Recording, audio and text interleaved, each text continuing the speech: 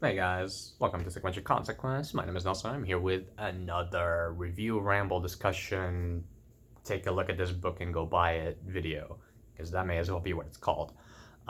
Today I'm here to talk about one of my favorite reads in recent memory. Sorry, the cats are like opening my door and exiting the room. But yeah, here today we're going to be talking about this. This is one of my favorite books in recent memory.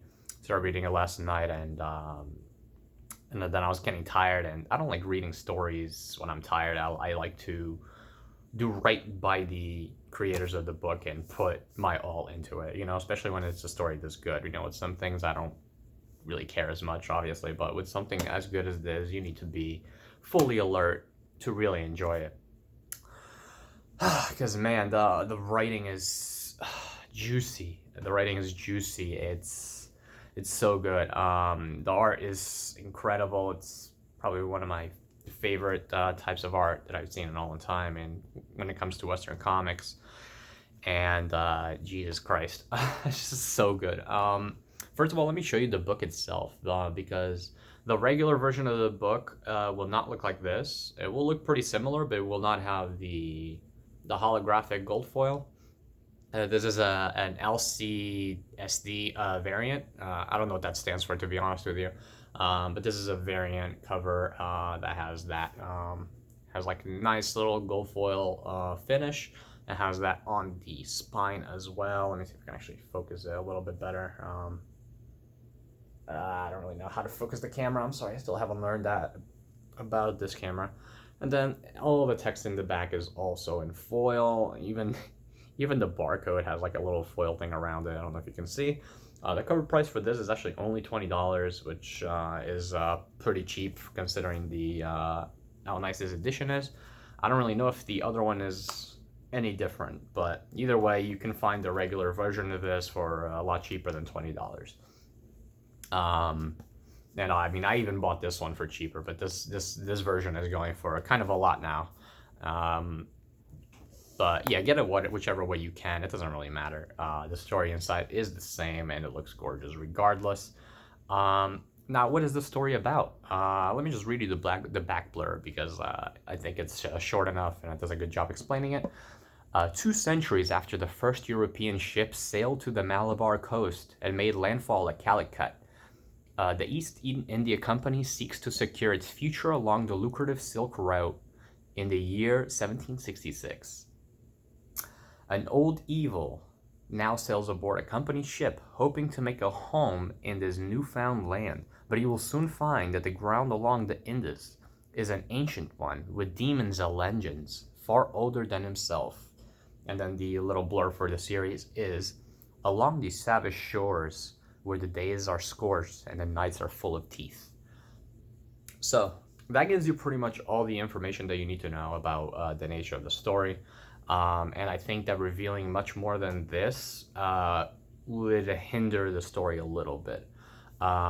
Because this is a 1 volume story. This is a story told within 5 issues. I've probably mentioned it in the past in reviews and whatnot, but I am super critical of single volume graphic novels, because they tend to be they tend to feel underdeveloped or rushed or just otherwise lacking. And even good graphic novels, in my opinion, can suffer from these issues. And one of my favorite in recent memory was actually I have it somewhere. God Country by Donny Cates. I thought that was very, very solid. I'm sorry, guys, my camera is just so bad. But yeah, I thought that was very solid and just really good. And I gave it a 10 out of 10 because I think like within its length, it did exactly what it needed to do. But this is on another level. This is art. This is on another level. This really is on another level. And come on, Moose, come on. Sorry, my cat's like doing some stupid shit. All right. But yeah, so this story takes place during when the Silk Route was getting established. First, when the English were basically going to the coast of India, and honestly, I'm not even sure if it was called India at that point, because here it even says the Indus. Honestly, I'm sorry. This is actually one of the parts where my understanding of this book is lacking, which is the historical context. Unfortunately, back in Portugal, I was not taught much about the Silk Route, and even when I got here to the U.S., they didn't really teach that in history class. Besides, depending on who you ask, people may have different accounts of historical events, because you know how they say the winners write history, and this book actually touches on that a little bit too, which is pretty interesting. But but yeah, this story follows. In the first chapter, we actually follow an Englishman who travels to the coast of India to take residence there, and he kind of goes there as an ambassador, more or less, to kind of secure British interests in the coast of India.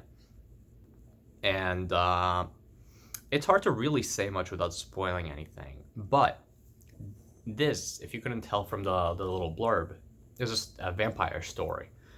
But it is really more of almost historical fiction, kind of horror book. The tone is very much horror, but it doesn't. I don't know. It's unlike most horror that I've seen. But I mean, if you've read and or seen vampire stories play out before, you know that a lot of times they are set in older eras, and generally, and sometimes there, and a lot of times there will be an historical backdrop to it. So this is not different in that regard. Now, what is different is its execution, because this goes deep into Hindu mythology. I mean, someone correct me if I'm wrong. I don't really know how to refer to it, because I'm not really sure if this is like the things that Hinduism entails. You know, I don't know if these are things that are beliefs of Hindu people, and I don't know if they would be more like a mythology, in the sense of like Greek and Roman gods and things like that. So someone please correct me in the comments. Please like feel free to educate me in the comments. I actually went and asked my friend Faria, whom recommended this to me. I actually went and asked her just now if she had any recommendations of where I could learn more about this historical period and the culture and religion that goes into this. So hopefully I'll have a little bit more context and a whole new layer of understanding and appreciating the story after I've looked and learned more about that. So please don't be offended if I'm using the terms wrong. If I'm referring to you know the religion or the mythological aspects here wrong, I'm sorry. I don't really. I'm just not very educated in it, but I would like to be, because I'm very much interested in religions. I can thank Brandon Sanderson for that, believe it or not. But that's besides the point. Let me show you some of the art inside. And now let me actually tell you who partook in this. It's Ram V. He wrote it, and I'm gonna seek out everything that he's written now, because the writing in this is incredible. It's more along the lines of prose. It's a little bit flowery in terms of, at least compared to a lot of other comics. And I mean, I'm not saying it's prose in terms of like, you know, there's a lot of text or anything like that, because the text is not overly verbose. I more mean that the writing itself is just written more with like prose sensibilities rather than comic book sensibilities, and I think this benefits a lot from that. My issue with writing and kind of prose style in comics is that a lot of the times you will lose the rhythm, and I've always said that comics are, and manga, just sequentials in general, are almost more like writing a poem or lyrics, in that they have to flow well. You know, the story has to flow well. You can't be stuck on a panel reading a bunch of text that will then kind of mess with the tempo of the story that you're reading. You know, like that's why a lot of my favorite writers and a lot of just writers that are celebrated in general in comics are writers that really have that rhythm down. Like Brian K. Vaughan, he writes very well in rhythm. Warren Ellis, like these are people that write for the page, they write for the issue, and they write for the arc. And they just have a really good grasp on that and how to tell the story like that. And this is no different, honestly. I mean, the prose is a little bit more intense. I mean, don't get me wrong, this is not hard to read at all. This is not. I had a harder time reading Sandman than this. I'll say that. But you know, there are times where there is actually like writing on. You know, like this, for example. I'm not gonna show you too much of what that is because I might spoil a little bit. But yeah, there are like letters written. In fact, the bulk of the story is told through letters. So throughout every single issue, there is a letter being written usually by different characters. They're all color coded, so it's easy to tell who's writing what. But basically, each one has a character writing a letter over the course of the issue that kind of serves as like this kind of backdrop narration, and usually moves part of the story along while we're shown something else through the art that moves a different part of the story along. And I think Ram V and Sumit Kumar, they did an amazing job in balancing those and pacing both of those out, because that kind of storytelling doesn't always work really well. And as you can see here, like this is one of the first letters. It actually shows him writing the letter and everything like that. And there are other examples of that. Now, I thought that was great. And now here is just like, look how this opens. Like the first page. This is the first page, man. Like, I'm sorry, I can't focus the camera. But either way, I'm not showing you this so you can read it. I'm more showing you so that you just can see the kind of like this slow and the rhythm that the story kind of how the way that it evolves. You know, you see how he's not afraid to spend all these panels to establish these ships as a big part of what's coming. And I mean, it's really hard to, like I said, it's really hard to talk about this without spoiling very much. But this is very much a vampire story. But vampires are not the only quote-unquote supernatural being in this story. They are not the only ones. Because like I said, this is very steeped in just Indian Catholicism. Like I said, I'm sorry, I don't know how to refer to it. I don't know if I want to say it's based on Hinduism, because I don't know if it is. So bear with me, please. But yeah, it's but it has a lot to do with that, and a lot of their creation myths are interpreted here through kind of a different lens, or or they're just interpreted here in general. But yeah, the first chapter we follow this vampire, this kind of young vampire, going to the coast of India, to Calicut, where there is some political unrest, where we find out that the current government is kind of fractured, it's kind of split, and things are just kind of not very secure politically. So there have been just some I don't know if there were wars or not, but there were definitely some rebellions and whatnot, and positions of power changed. So one of the characters that we actually follow is one of the princes who was recently put in power. He's like this young kid. Not sure how old he is, probably early teens, but he's written with like this wisdom that I just thought was nice to see.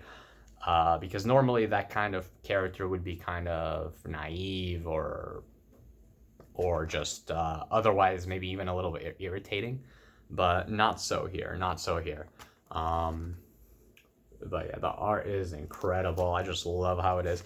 And not just Sumit Kumar's pencils, but let me just find his name real quick. The colorist, he's incredible. Vittorio Astone, assuming he's Italian, but whew, his coloring is incredible. And I will show you some examples.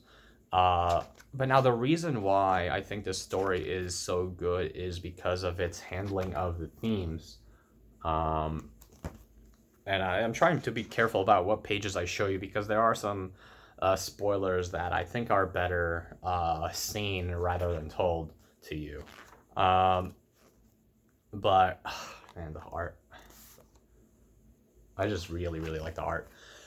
But the themes and some vampire goodness. But the themes in the story, and this actually harkens back to the title, The Savage Shores. This is very much a story about humanity, almost about civilization, about like this cyclical cycle that we find ourselves in of just fighting each other and just not finding any other way to just coexist. And and this is a story of kind of about that, but it's also about the savagery of humans, the savagery of just in this case colonialism, but the really just the savagery of humans in general, and the kinds of choices that leaders have to make during war,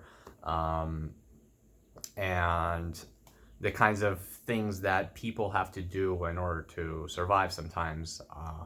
Sometimes people have to become monsters in order to survive, or they feel like they have to become monsters in order to survive. And in a story where there are actual monsters, you can see how Ram V would kind of form a discussion around that by showing us monsters that act like monsters, monsters that don't act like monsters, monsters that repress their nature, or monsters that try to control their nature, monsters that give into their nature. And then they show us the humans, the other monsters. Maybe some would even say the real monsters. And they show us the things that humans will do that they feel like they are monsters. For example, we're shown some political leaders, for example, that have to make choices that they make that they believe they're making the right choice for the good of their people. But they feel, or they're shown to be by others, monsters for their decisions. And then we are shown like others that make decisions that are really monstrous and have monstrous motivations behind it. So that's one of the big themes in the book. I don't want to spoil too many of the themes, but this is all kind of shown through a lens of Hinduist mythology and and um, and a horror lens with this historical backdrop in the background. And throughout all this, we do end up having some wars and stuff like that. And this, I feel, is very much a commentary on humanity. I'll kind of leave it at that. I don't really want to spoil too much, but I do want to show you some more art, just because the coloring is incredible. And I also wanted to maybe like give you like read a couple of balloons to you, just so you get an idea of the style of prose at play here. And okay, here's actually one of my favorites. This is a character that is she's just kind of always like, she's just tired of all these wars, all these squabbles that just seem to always befall upon her and her place and her people. And these are the soldiers are about to embark for war, and she is kind of brooding under a tree, and someone was looking for her. And they're like, "Hey, there you are, Corey. Are you not going to the grounds to see them off, to see the men off? They are leaving soon, Corey. The men are leaving for war." And she says, and I think this is just very poignant, She says, "And what would I go down there to see? Soldiers and warriors, no longer of flesh and skin, but men of metal and stone. And faces, brave faces, strong faces, grim scowls and cold eyes, all of them masks." And this is the kind of prose that you can expect here. And you can expect like kind of philosophical musings in this kind of style.